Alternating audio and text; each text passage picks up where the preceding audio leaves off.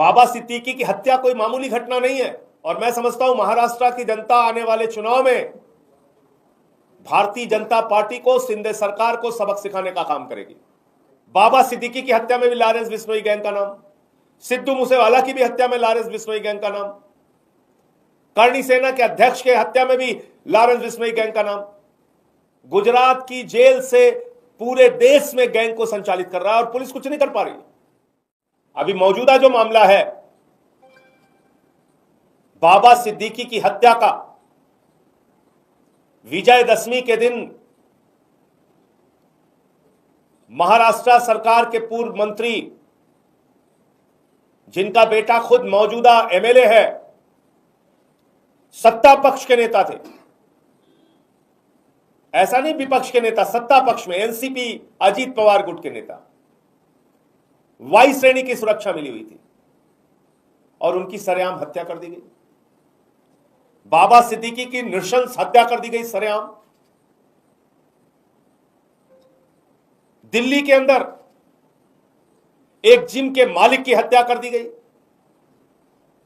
देश के अलग अलग जगहों पे तमाम आपराधिक घटनाओं का, करणी सेना के अध्यक्ष की हत्या कर दी गई, सिद्धू मूसेवाला की हत्या कर दी गई।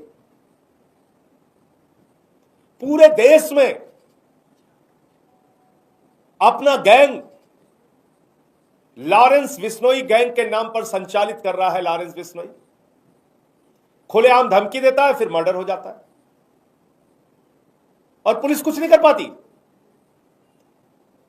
दिल्ली में जहां केंद्र सरकार बैठी हुई है, जहां की सुरक्षा की जिम्मेदारी अमित शाह जी के ऊपर है, नरेंद्र मोदी जी के ऊपर है, यहां पर जीके में एक जिम मालिक की हत्या हो गई। उसमें भी बिश्नोई गैंग का नाम आया, लॉरेंस बिश्नोई गैंग का। बाबा सिद्दीकी की हत्या में भी लॉरेंस बिश्नोई गैंग का नाम, सिद्धू मूसेवाला की भी हत्या में लॉरेंस बिश्नोई गैंग का नाम, करणी सेना के अध्यक्ष के हत्या में भी लॉरेंस बिश्नोई गैंग का नाम।